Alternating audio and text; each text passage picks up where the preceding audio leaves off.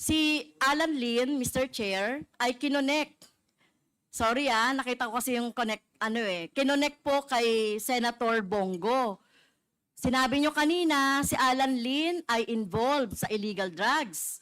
So, ang ibig bang sabihin, involved din si Senator Bongo sa drugs since kinonect nyo po siya. So, ano po yung ibig sabihin po nung arrow nyo?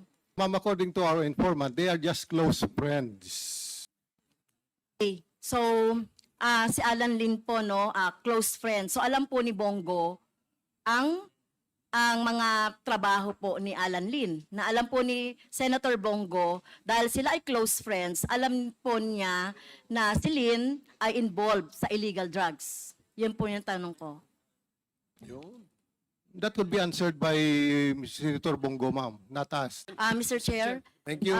kung di po involved sa illegal drugs si Senator Bongo, pwede bang sabihin na protector ito ng mga personality ng involved sa illegal drugs? So logic lang po yun. Now, with So, the close indulgence friends. of Congresswoman Castro, mahirap po kasing kasi nga nabanggit po nila kanina na ongoing naman po yung kanilang investigation. We may probably have our own opinion on the presentation na ginawa nila, no? And there are questions still hanging. And in fairness naman sa kanila, hindi pa naman sila tapos, no? And I would beg the indulgence of Congresswoman Castro that to give them more time to submit to the committee kung ano ang kanilang findings.